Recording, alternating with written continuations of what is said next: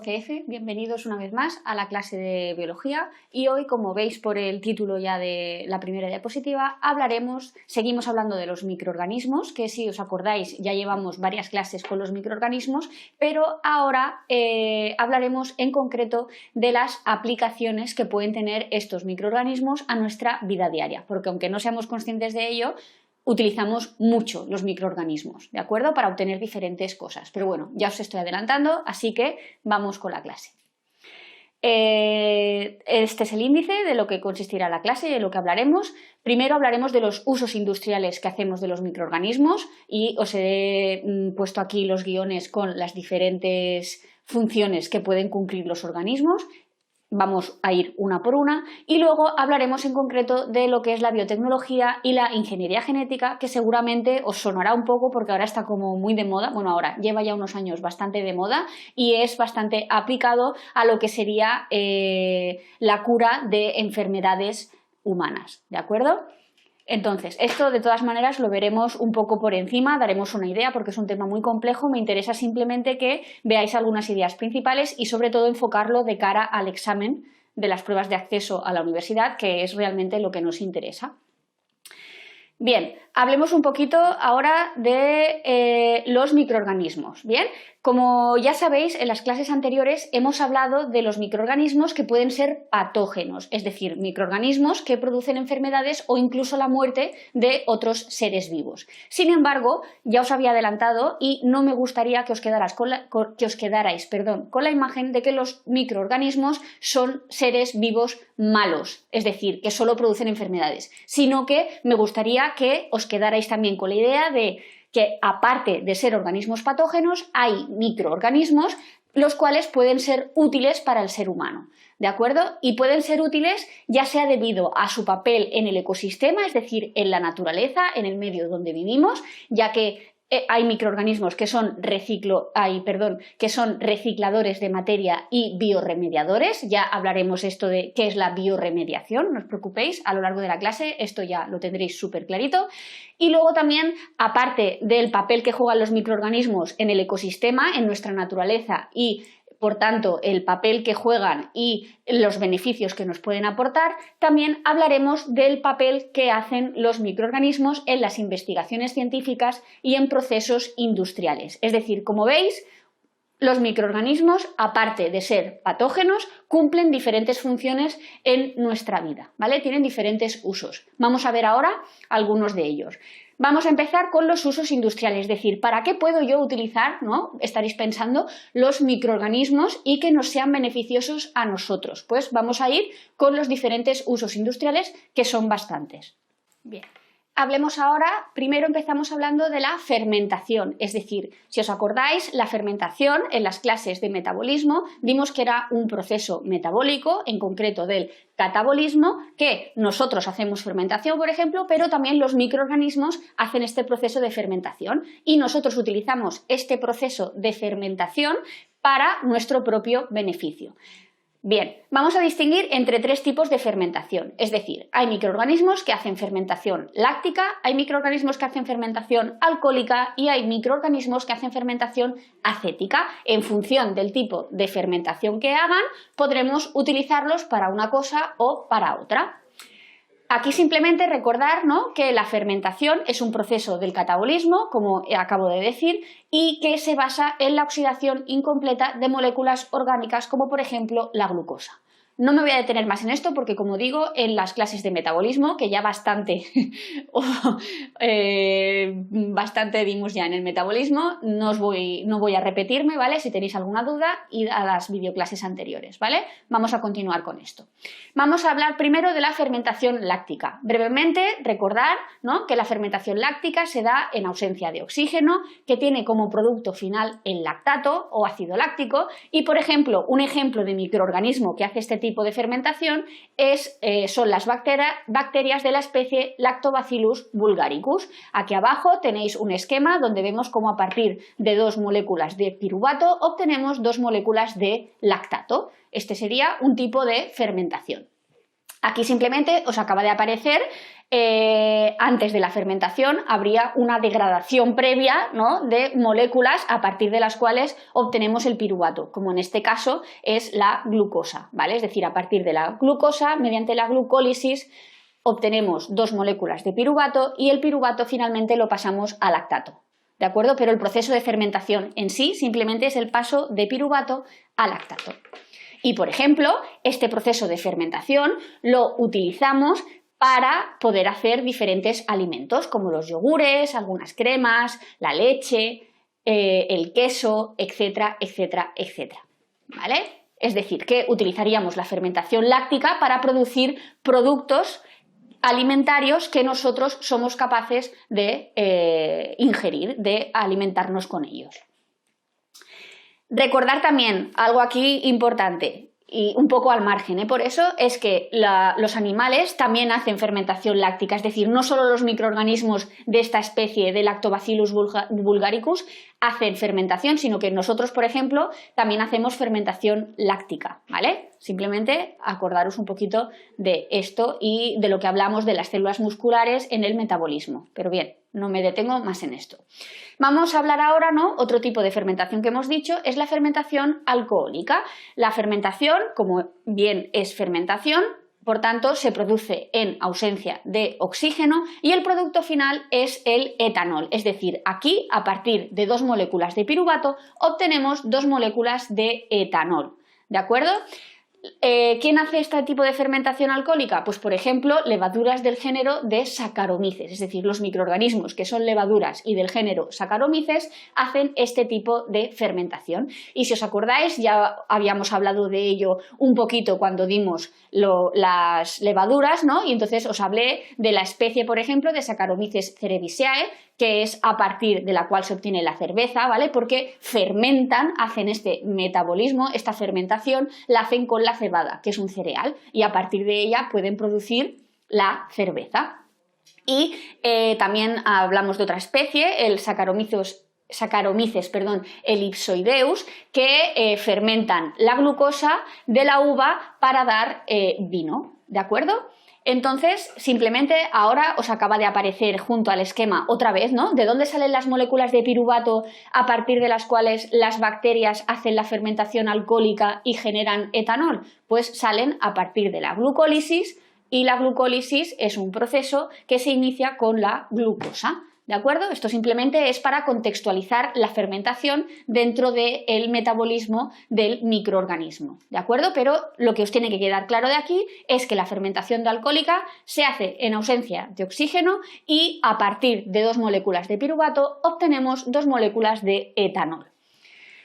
Bien, como bien he dicho, ¿no?, dependiendo de la levadura que estemos utilizando, pues habrá las del género Cerevisiae que servirán para la generación de cerveza, habrá las del género Ellipsoideus, la de la especie Cerevisiae que hará la cerveza y habrá las de la especie Ellipsoideus que harán el vino. Bien, y por último hablaremos de la fermentación acética. Este tipo de fermentación se produce en presencia de oxígeno, ojo porque esto es diferente al resto, y como producto final es el ácido acético, es decir, a partir de etanol conseguimos acetaldehído, y a partir del acetaldehído conseguimos el ácido acético. ¿De acuerdo? Es decir, que en la fermentación acética se produce a partir de la degradación del etanol. ¿Qué bacterias, qué microorganismos hacen este tipo de fermentación? Pues las bacterias del género Acetobacter y del género Gluconobacter. Y como veis, pues hacen, por ejemplo, el vinagre, ácido acético. Bien, porque como todos conocéis, los antibióticos son, como el propio nombre indica, antibióticos, ¿vale? Es decir, anti que van en contra y bióticos que van en contra de la vida y en este caso en contra de la vida de las bacterias, es decir, los utilizamos para combatir las infecciones bacterianas, ¿de acuerdo? Y da la casualidad de que aunque las infecciones estén producidas muchas de ellas por bacterias, hay otras bacterias o hongos que facilitan, digamos, la solución al problema y generan antibióticos para contrarrestar a estas bacterias primeras. ¿De acuerdo? Bien. ¿Cómo se producen estos antibióticos? Pues utilizamos cultivos de bacterias en unas condiciones determinadas y con oxígeno y nutrientes determinados para favorecer el crecimiento de estas bacterias que producen de manera natural este antibiótico, y entonces al final de este cultivo extraemos el antibiótico y luego es lo que se comercializa, ¿de acuerdo? Y lo que se vende en las farmacias. Por ejemplo, antibióticos. Tenemos, que seguro que os suena, la penicilina, que está producida por hongos del género Penicillium. Es un descubrimiento súper importante. La penicilina fue uno de los primeros antibióticos descubiertos y fue, de hecho, capaz de curar muchas enfermedades producidas por bacterias. Después tenemos la Barnasa, que sería una toxina bacteriana que está producida por bacterias del género Bacillus. Este género de bacterias tiene también bacterias patógenas que son causantes de enfermedades, como por ejemplo el anthrax, ¿vale? Pero, al igual que hay bacterias del género Bacillus que producen enfermedades, hay otras bacterias del género Bacillus que producen esta toxina, Barnasa, y que es eficaz contra determinado tipo de infecciones bacterianas. Y por último, la neomicina, que es un antibiótico que producen las bacterias del género Streptomyces y que por tanto también es útil para combatir diferentes enfermedades producidas por las bacterias. ¿Cómo se producen los antibióticos? Bien, hemos dicho, ¿no?, que se producían en los laboratorios donde a partir de cultivos de bacterias, que aquí veis. Por ejemplo, esto sería una máquina donde se pone líquido, que es un líquido de cultivo, que es rico en nutrientes y en condiciones de temperatura y oxígeno y CO2 adecuadas para las bacterias, y aquí dentro es donde las bacterias se van dividiendo, se van multiplicando y van generando ese antibiótico que para nosotros es bueno. ¿De acuerdo? Entonces de aquí se extraen y por una serie de procesos industriales que no nos meteremos, al final es lo que vemos, la pastillita o el jarabe o los sobres que vemos en la farmacia. Bien, aquí os he puesto un ejemplo, ¿no?, de la penicilina, que lo que hace es bloquear la síntesis de la pared bacteriana, es decir, la penicilina es un antibiótico que lo que hace es evitar que se sintetice la pared bacteriana. Por tanto, una bacteria sin pared muere, o sea, no puede existir. Después aquí tenéis la neomicina, que es otro ejemplo de antibiótico, que lo que hace la neomicina es bloquear la síntesis de proteínas de la bacteria y por tanto si la bacteria no puede sintetizar las proteínas para hacer los diferentes componentes de su propia estructura, de la propia bacteria, pues acabará muriendo. Bien, entonces, en resumen, los antibióticos pueden actuar de diferente manera, es decir, no todos los antibióticos atacan de la misma manera a las bacterias y además no todos los antibióticos son efectivos contra todas las bacterias, sino que habrá antibióticos más específicos para un tipo determinado de bacterias y antibióticos más específicos y más efectivos para otro tipo determinado de bacterias. Bien, aparte de la producción de antibióticos, también vemos que los microorganismos sirven para producir vitaminas, enzimas y aminoácidos, que son también, como podréis pensar, beneficiosos para nosotros. Por ejemplo, la vitamina B12, pues la vitamina B12 está sintetizada por bacterias del género Pseudomonas y Propionibacterium, ¿de acuerdo? Entonces, gracias a estos microorganismos se produce esta vitamina B12 y nosotros no la podemos tomar como suplemento.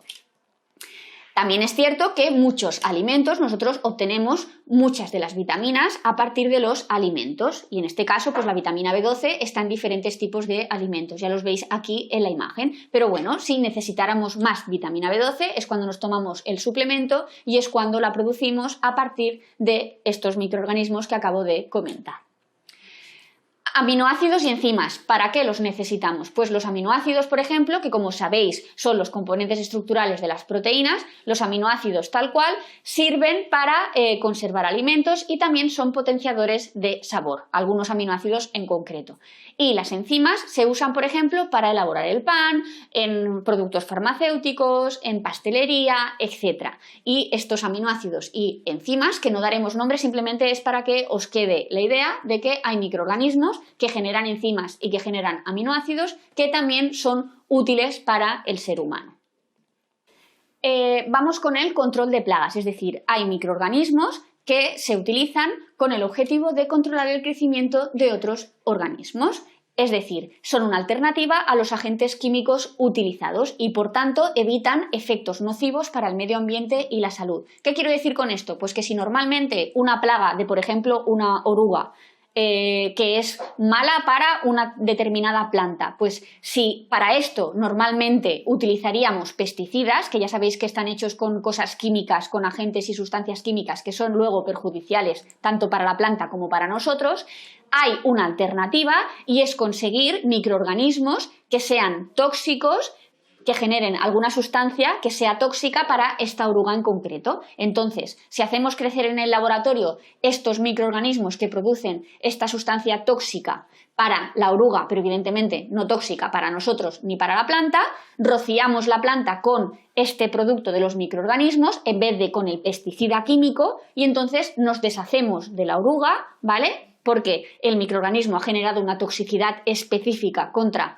la oruga, pero sin embargo la planta está bien y luego nosotros estamos bien porque no nos afecta para nada esta sustancia tóxica del microorganismo, que es específica para la oruga y no para nosotros, ¿vale? Esto sería otra utilidad, por ejemplo, de los microorganismos. Y luego una utilidad muy importante es la bioremediación, ¿de acuerdo?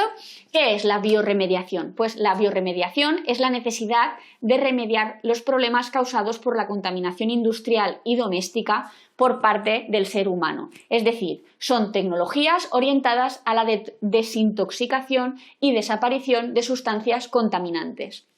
Es decir, es remediar lo que el ser humano, lo que nosotros mismos hemos estropeado. Pues bien, nosotros generamos el problema y a la vez hemos generado una posible solución. Pero bueno, también hay que tener en cuenta aquí, y hago un poco de conciencia medioambiental, en que si nosotros no generáramos el problema, pues no necesitaríamos buscar una solución porque todo estaría bien. Pero bueno, al margen de esto, de esta conciencia medioambiental, vamos con la bioremediación. Definición de bioremediación que tenéis que tener clara de cara al examen. Es el conjunto de procesos biotecnológicos destinados a conseguir el saneamiento ambiental. Utiliza las características metabólicas de microorganismos, tanto de bacterias como de hongos principalmente, y así se hace desaparecer los agentes contaminantes de aguas y suelos. Vamos a ver algún ejemplo para que lo tengáis muy claro. Por ejemplo, estas dos fotos que voy a poner a continuación son un poco tristes, pero es la realidad. O sea, imaginaros que ha habido, en este caso, es un pelícano que está en aguas que han sido contaminadas con petróleo, ¿de acuerdo? Entonces, ha habido, por ejemplo, un derrame de petróleo.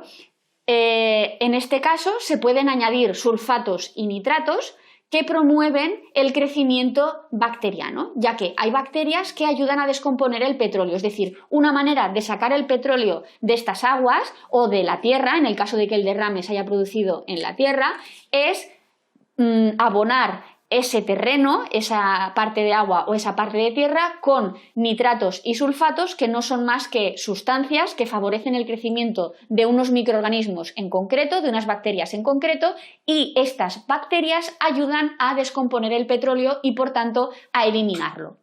¿De acuerdo? Bien. Otra foto triste es este caso, ¿no?, de estos peces que están muertos y ha sido debida por una emisión radioactiva que ha producido el hombre, es un ejemplo. Entonces, ¿cómo se puede solucionar esto mediante la bioremediación? Pues se hacen mediante ingeniería genética, que ahora hablaremos brevemente de ella, pues se modifican bacterias en el laboratorio que generan la descontaminación radiactiva, es decir, que ayudan a eliminar la radiactividad remanente que haya quedado en estas aguas o en este terreno. Es decir, como veis, surge un problema por causa del hombre, ya sea derrame de petróleo, ya sea radiactividad, ya sean X contaminaciones que nosotros mismos generamos por no tener cuidado, y ante esta generación de problemas, la ciencia intenta aportar soluciones y soluciones que no contaminen más, porque si la solución va a pasar por añadir pesticidas o añadir productos químicos que sean perjudiciales, estamos aumentando el problema. Por tanto, de ahí surge la biorremediación, es decir, conseguir de una manera lo más natural posible eliminar el daño que hemos causado. Y esto lo podemos hacer gracias a los microorganismos. Y así conseguir esta foto, ya que os he puesto dos fotos tristes de animales muertos o en peligro, simplemente quería poner esta foto para decir, ¿no?, pues que en nuestras manos también está cuidar el medio ambiente y favorecer que sigan habiendo tantas especies y tantos organismos vivos en la Tierra, ¿de acuerdo? Pero esto depende de nosotros porque tenemos que cuidar un poquito nuestro planeta, chicos. Simplemente quería hacer este paréntesis. Bien, hasta aquí recapitulamos un poco el papel de los microorganismos. He empezado la clase diciendo que recordarais videoclases anteriores porque habíamos dicho que los microorganismos pueden ser patógenos y producir diferentes enfermedades en el ser humano, en otro animal, por ejemplo, o también incluso puede producir la muerte. Además de ser patógenos, hay microorganismos que ya en esta videoclase hemos visto que son imprescindibles para procesos industriales, ya sea para producir medicamentos, producir alimentos, producir vitaminas, etcétera, etcétera, etcétera. Es decir, que hay usos que nos benefician de los microorganismos. ¿De acuerdo? Bien. Y por último, también hemos visto el papel que juegan los microorganismos en el ecosistema, ya sea como biorremediadores, es decir, ya os acabo de comentar en las diapositivas anteriores, ¿no? Biorremediadores, ¿qué será? Pues como parte de la solución a problemas que hemos generado por contaminación nosotros, el ser humano. Y también de manera natural juegan un papel importante en el ecosistema, en la naturaleza, como recicladores de materia. Es decir, hasta ahora no lo habíamos comentado, pero pensad que sin los microorganismos no podríamos vivir, porque aparte de estos usos extra que el ser humano hace, ¿no?, y produce en el laboratorio, etcétera, para luego aplicarlos, aparte los microorganismos están evidentemente de forma natural en nuestro ambiente, en nuestra vida, en la naturaleza y, por ejemplo, cuando una hoja de un árbol se cae, cuando un fruto maduro también se cae, ¿qué pasa? Pues que un organismo, por ejemplo, un animal se muere y cae al suelo, pues esta materia orgánica que está en la tierra, que está en el suelo, se tiene que descomponer y hay microorganismos que descomponen esta materia orgánica, la convierten en materia inorgánica y esta materia inorgánica puede ser aprovechada por la planta, ¿de acuerdo?, y transformarse de nuevo en materia orgánica, es decir, forma parte de los ciclos biogeoquímicos de los diferentes elementos, de las diferentes sustancias que componen al final, pues la Tierra, nuestro planeta, la vida. ¿De acuerdo? Bien. Esta era el primer bloque importante, ¿no?, de la clase y ahora hablaremos brevemente, muy enfocado de cara al examen, del uso de microorganismos en investigaciones científicas. Bien, hablaremos de biotecnología, que esto os tiene que sonar, ¿de acuerdo? Biotecnología, tal y como dice la palabra, es tecnología biológica. ¿En qué consiste? Pues es el uso de maquinaria biológica de unos seres vivos que resulta beneficioso para el ser humano u otros seres vivos. Es decir, gracias a la biotecnología se consiguen alimentos más saludables, mejores medicamentos, materiales más resistentes, menos contaminación, cultivos más productivos, fuentes de energía renovables, eliminación de contaminación, etc. Es decir, de hecho ya hemos hablado un poco de biotecnología al hablar, ¿no?, pues antes de la biorremediación. ¿De acuerdo? Bien. Vamos a hablar de ingeniería genética, que está muy ligada a la biotecnología, ¿de acuerdo? La ingeniería genética es la parte de la biotecnología que consiste en modificar el material genético de un organismo, es decir, como sabéis, toda la información vital del organismo está codificada en el material genético, en el ADN, ¿de acuerdo? Entonces, si nosotros, gracias a la ingeniería genética, somos capaces de modificar este ADN de diferentes organismos. Estos organismos que se modifican se llaman organismos modificados genéticamente. OMG, ¿no? Que en inglés es como oh my god, pues aquí OMG no significa oh my god, sino que significa organismos modificados genéticamente. ¿Cuál es el objetivo? Pues hacer síntesis, por ejemplo, de productos de interés para el ser humano. Un ejemplo de aplicación de esta ingeniería genética pues serían los organismos transgénicos, que son organismos que generan un producto que su especie normalmente no genera de forma natural. Es decir, imaginaros que una especie a esta especie A se le introduce un gen de una especie B, ¿de acuerdo? Y este gen no está presente en la especie A. Si todo se hace bien con ingeniería genética, al final la especie A tendrá en su ADN el gen de la especie B, ¿de acuerdo? Esto sería un ejemplo de transgénico, es decir, un gen que normalmente una especie no tiene, se le mete mediante ingeniería genética.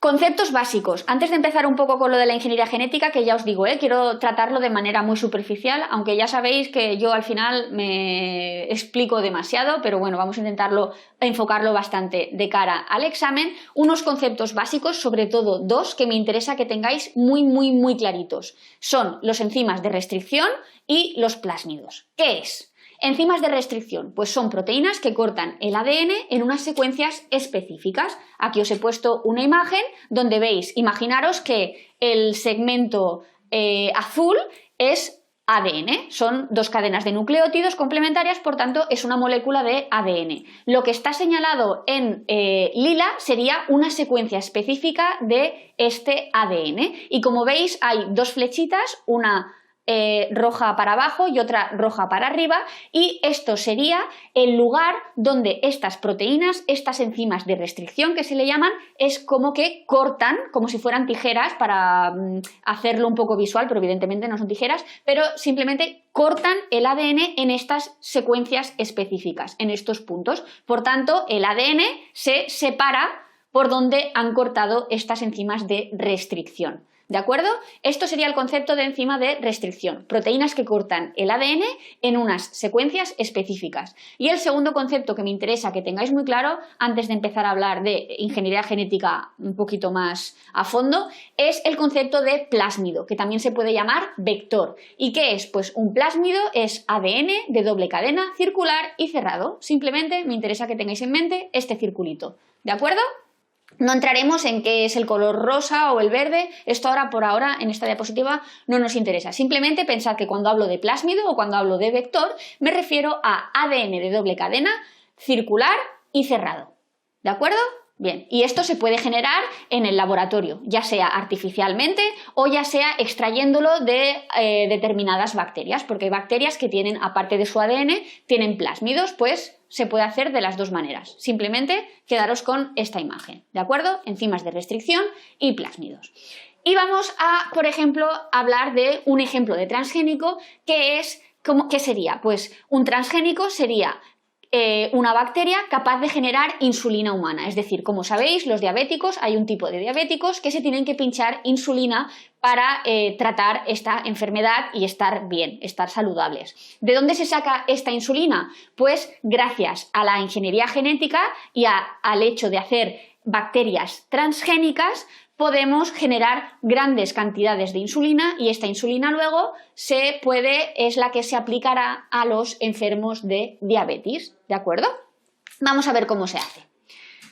Bien, primero tenemos un plásmido, ¿de acuerdo? Acordaros, ¿no?, que hemos dicho que era un plásmido. Imaginaros que tenemos este plásmido, este ADN redondo, y lo cortamos con enzimas de restricción, es decir, estas enzimas cortarán en secuencias específicas de este plásmido.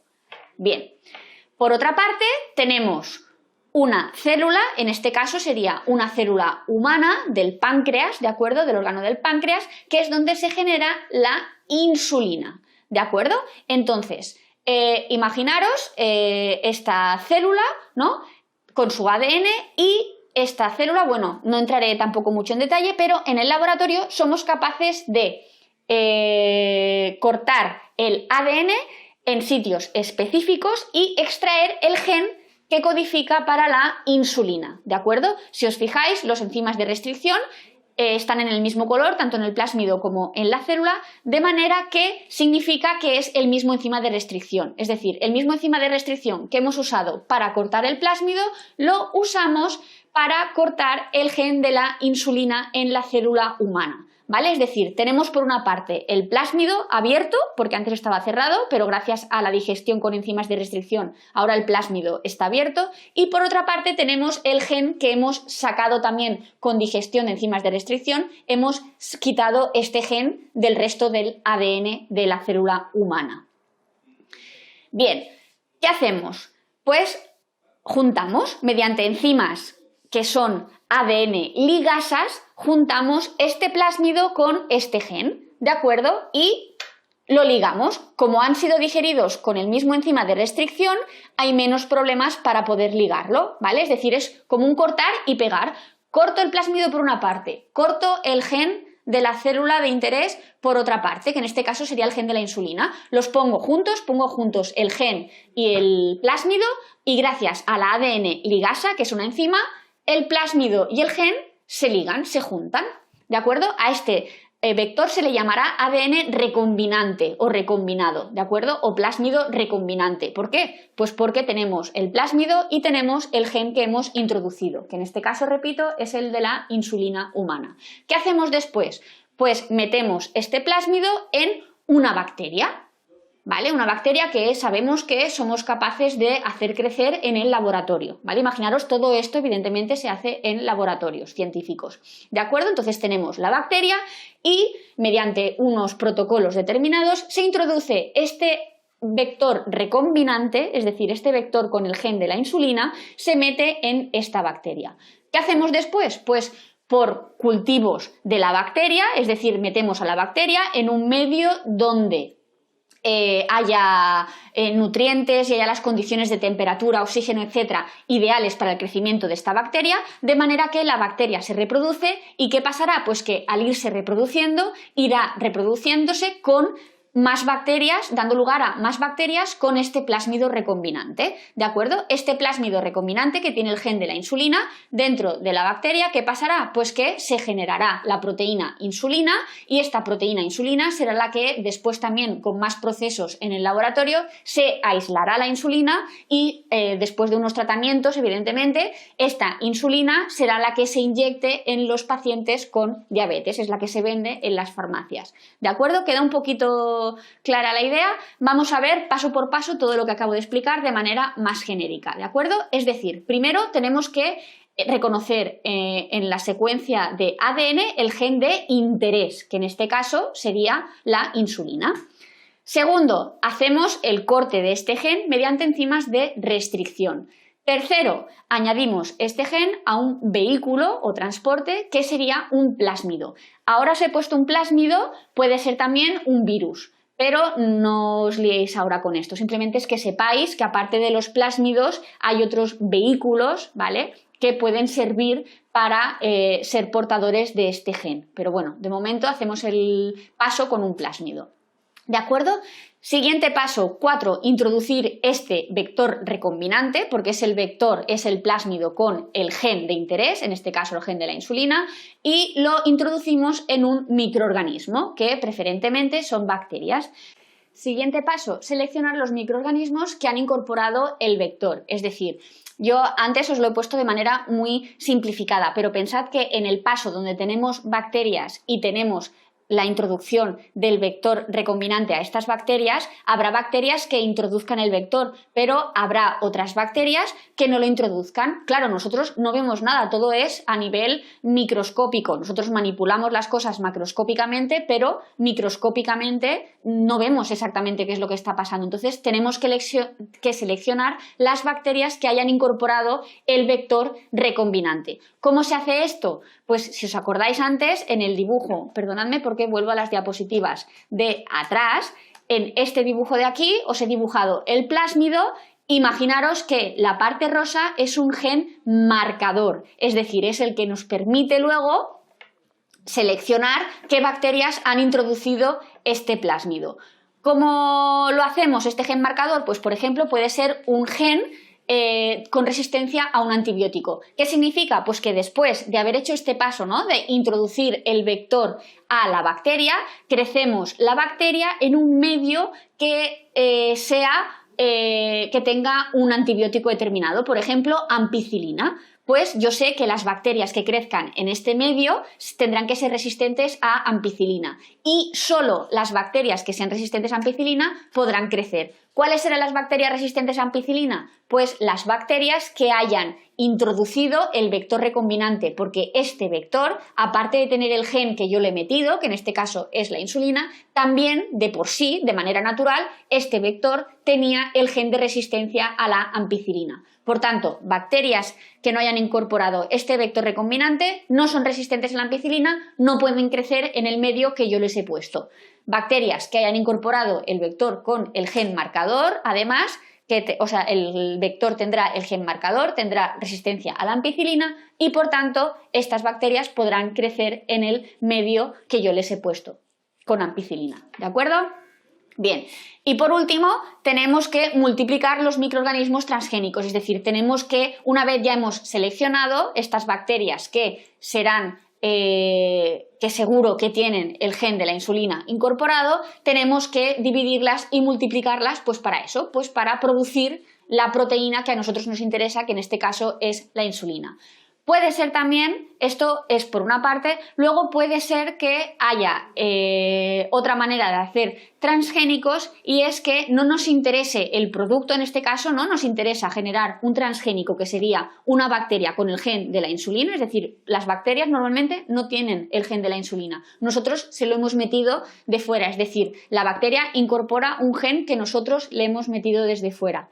Esto sería, por tanto, una bacteria transgénica para el gen de la insulina y produce grandes cantidades de insulina. ¿Pero qué puede ser? Puede haber otro tipo de transgénicos, unos transgénicos que no tengan el objetivo de producir mucho de un producto, sino que el objetivo sea el transgénico en sí, es decir, por ejemplo, maíz resistente a insectos, es decir, en organismos pluricelulares, como por ejemplo el maíz, nos puede interesar que generar una especie de maíz que sea resistente a insectos, de manera que todo esto que yo os acabo de explicar se haría con células del maíz a las que en vez de bacterias, ¿de acuerdo? No se utilizarían microorganismos aquí, sino que aquí utilizaríamos una célula del maíz a la que se le metería el gen resistente a un insecto determinado, ¿de acuerdo? De otra especie, pues se le metería el gen y entonces esta célula de maíz se haría crecer las que hayan incorporado este gen,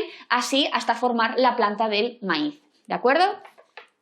Bien, es decir, tenemos que tener claras dos diferencias. Los transgénicos que son unicelulares, que en este caso es microorganismos, por ejemplo, en el caso de la bacteria, para fabricar mucha insulina, y luego tenemos que tener claros, por otra parte, los organismos pluricelulares de transgénicos, como por ejemplo el maíz resistente a insectos o fresas con genes que sean anticongelantes, de manera que les ayude a vivir en zonas donde la temperatura es muy fría, o también estos transgénicos sirven para generar modelos de enfermedades humanas en animales de experimentación, es decir, yo, por ejemplo, he estado trabajando durante muchos años en laboratorios donde se utilizaban ratones que habían sido modificados genéticamente, es decir, a estos ratones se les había introducido un gen y este gen les producía una enfermedad y entonces eran el modelo experimental para tratar esta enfermedad, sobre ellos se experimentaba.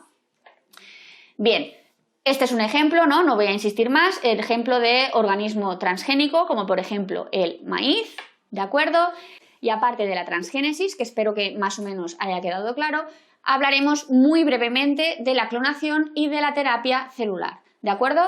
La clonación, ¿en qué consiste? Pues podemos tener clonación a nivel de organismo y a nivel celular. A nivel de organismo significa crear un organismo genéticamente idéntico a otro ya existente. Aquí os he puesto, por ejemplo, el ejemplo de la oveja Dolly, que fue el primer organismo generado a través de la clonación. Es decir, estas dos ovejas son exactamente iguales, son clones. La una sale a partir de la otra. Y a nivel celular, cuando hablamos de clonación nos referimos a crear una población de células idénticas a la célula original.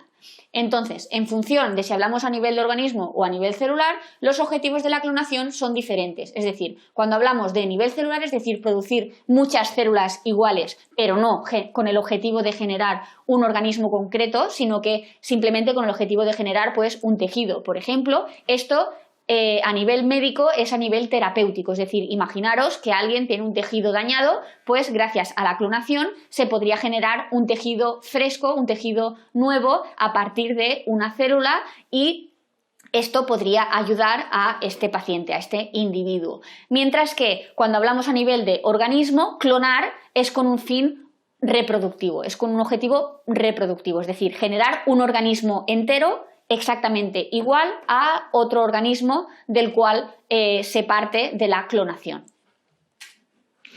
Bien, podemos tener clonación con un fin terapéutico, es decir, es lo que acabo de decir, ¿no? Pues a partir de una célula generar diferentes células y estas células que formen un tejido y este tejido pueda ser beneficioso para un individuo en concreto que lo tiene dañado, por tanto sería reemplazar este tejido. ¿De acuerdo? Bien.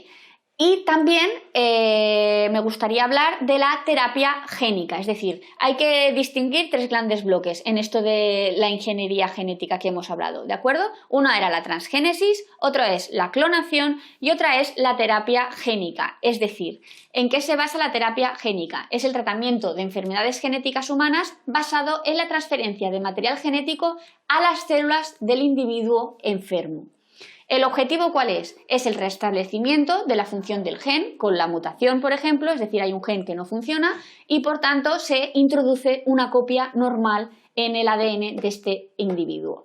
También se puede inhibir el funcionamiento de genes que contribuyen al desarrollo de una enfermedad. Es decir, imaginaros que hay un gen mutado como un oncogen que produce cáncer. ¿De acuerdo? Pues entonces también se puede hacer terapia génica para destruir este gen. Es decir, no siempre es meter genes con la función correcta, sino también puede consistir en eliminar genes con la función incorrecta. ¿De acuerdo? Y evidentemente, como os podéis imaginar, la terapia génica es un proceso muy complejo que tiene mucha dificultad, ya que la terapia génica tiene que ir dirigida de manera muy específica a aquellas células o tejidos donde hace falta que el gen en concreto haga su función o deje de hacer su función, dependiendo de lo que queramos hacer. Y por tanto hay una gran dificultad para regular la acción del gen introducido. ¿De acuerdo? Es decir, simplemente a modo de resumen de este último bloque de la videoclase, hemos visto que tenemos ingeniería genética y podemos hablar de tres tipos diferentes. Uno sería la transgénesis, es decir, introducir un gen en un organismo que normalmente no tiene este gen. Por ejemplo, el gen de resistencia a insulina lo introducimos en las bacterias y las bacterias, el resultado es que producen mucha insulina que nosotros podemos utilizar. Este sería un ejemplo de transgénesis. Otro ejemplo de transgénesis, no a nivel unicelular, sino a nivel ya pluricelular, sería, por ejemplo, la introducción de un gen de resistencia a un insecto determinado en los cultivos de maíz, es decir, en las células de maíz introducimos un gen de resistencia a un insecto, y esto hace que la planta del maíz, que es pluricelular, sea resistente a este insecto. Perfecto.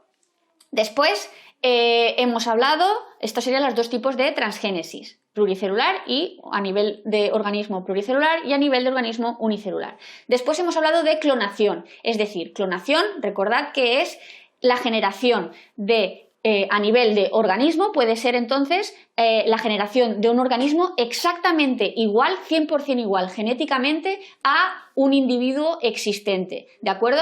Que estaréis pensando, bueno, pero es que cuando nuestros padres se reproducen, también tenemos genes compartidos con nuestros padres, sí, pero tenemos el 50%, recordad que el 50% viene de la madre y el 50% viene del padre, no somos 100% iguales a nuestra madre ni 100% iguales a nuestro padre, sino que tenemos una mezcla, ¿de acuerdo? Y además ha habido recombinación, si os acordáis de la meiosis, no vamos a entrar en esto, pero digamos que somos compartimos genes con nuestros padres, pero no somos genéticamente iguales. Y esto en los clones no pasa. O sea, en los clones hay un individuo del cual se extraen células. No me voy a poner con el proceso de clonación, pero sí que me interesa que quede claro que sepáis que el organismo clonado es 100% igual al organismo del que se parte. ¿De acuerdo?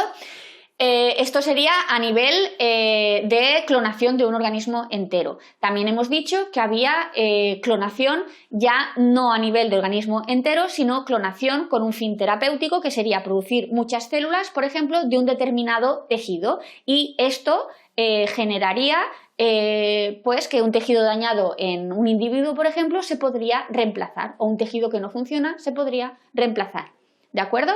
Y por último, tendríamos la terapia génica. Y la terapia génica, como hemos dicho, ¿no?, va dirigida a tratar enfermedades humanas que son genéticas y de manera que se introduciría en las células de esa persona que tiene un problema, que tiene una enfermedad, se introduciría el gen bueno, o sea, el gen que realice la función correctamente, o se intentaría eliminar un gen que deje de hacer una función dañina para nuestro organismo. ¿De acuerdo? Bien, pues hasta aquí ya, resumiendo todo, la clase de hoy. Espero que os haya gustado, que no os hayáis hecho mucho lío. Como sabéis y siempre digo, en el libro de texto tenéis mucho apoyo y si no, pues en las videoconferencias me podéis preguntar a mí o cualquier duda que tengáis, ya sabéis dónde estamos. Así que hasta la siguiente videoclase. Adiós.